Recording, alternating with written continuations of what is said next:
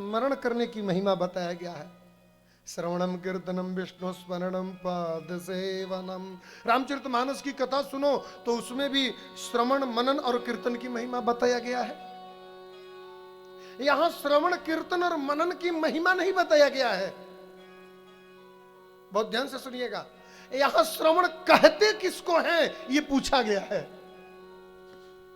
कान से कथा सुनी जाए उसको श्रवण कहते हैं, वो तो ठीक है, लेकिन एक कथा सुनने की महिमा क्या है ये आप कृपा करके बताइए हमें। कीर्तन किया कैसे जाता है वो कृपा करके बताइए। भगवान का स्मरण किया कैसे जाता है।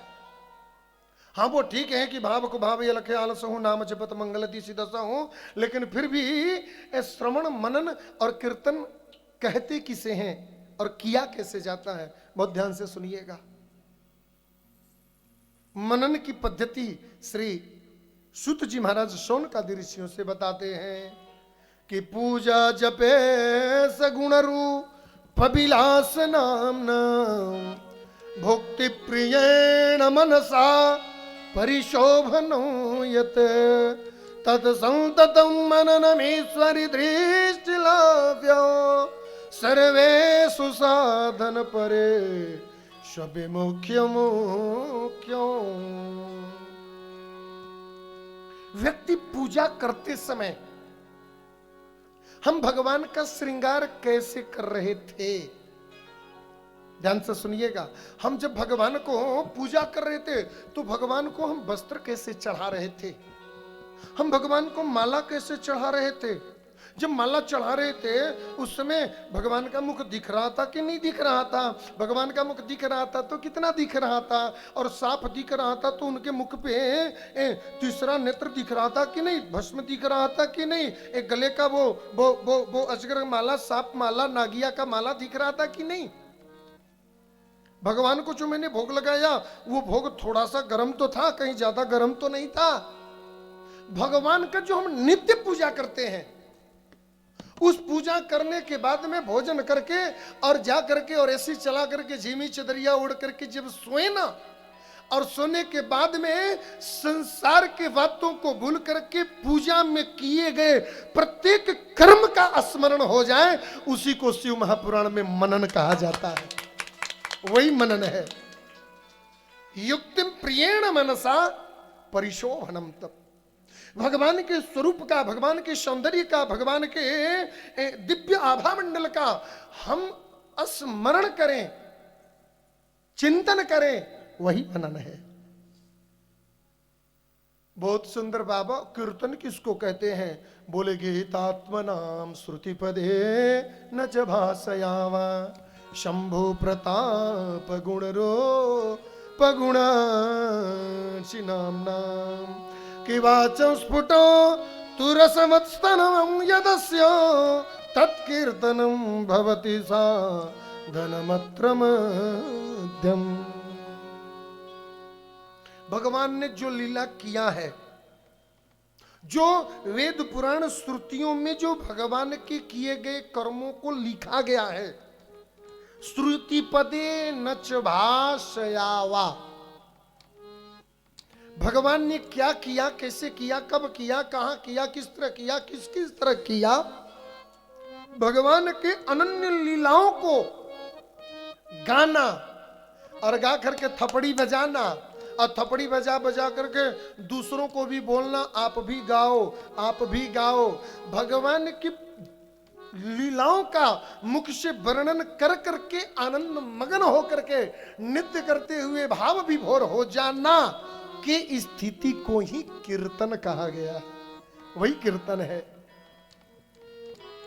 और बाबा श्रवण किसको कहते हैं, बोले ये नापिकेन करेण च शब्द पुंजम यत्र क्वचित शिव परम श्रवणद्रियेण कि स्त्री के लिवद दृढ़तरम प्रणिधीयते तत् तद्वै बोधाम श्रवण जगत प्रवेत्रम।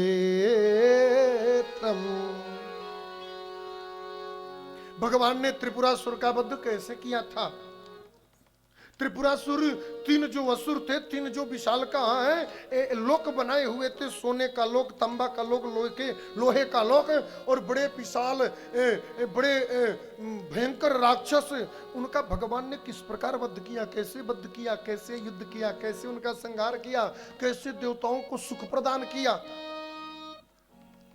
इस संसार में जिस जीव आत्मा ने भगवान शिव की शरणागति लिया और उनके ऊपर विपत्ति आया, तो भगवान ने किस प्रकार उनकी रक्षा किया।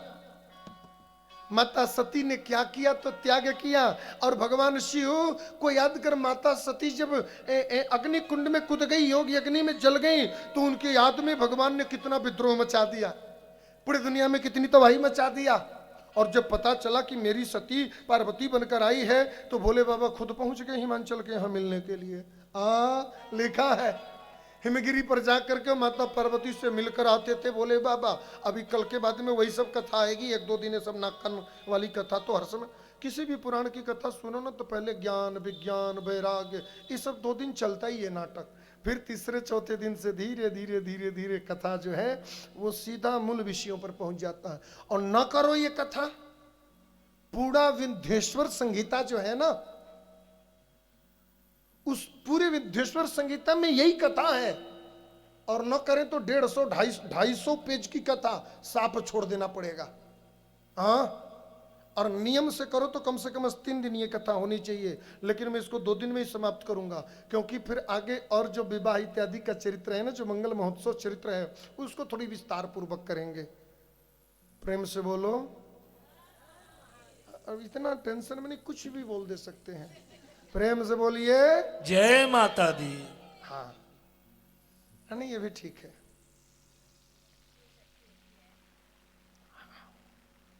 निक बात। श्रवण क्या है?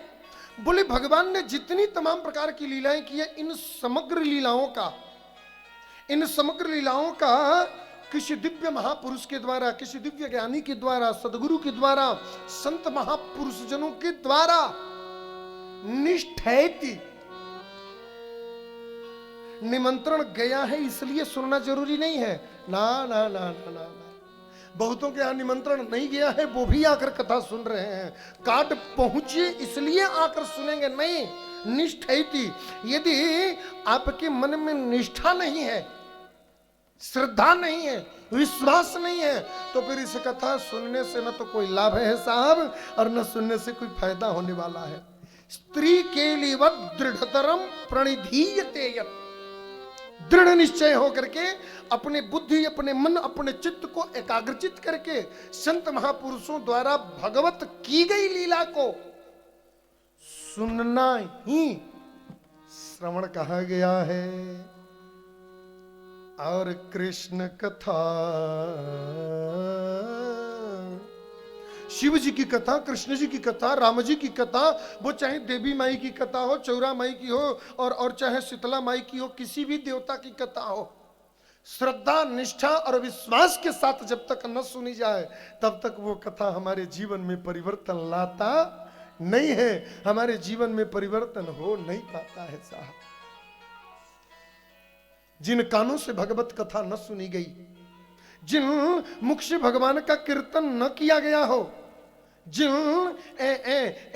आंखों से भगवान का दर्शन न किया गया हो, वो जीवन भी क्या जीवन है, उस जीवन को भी क्या जीवन ही कहते हैं। ऐसा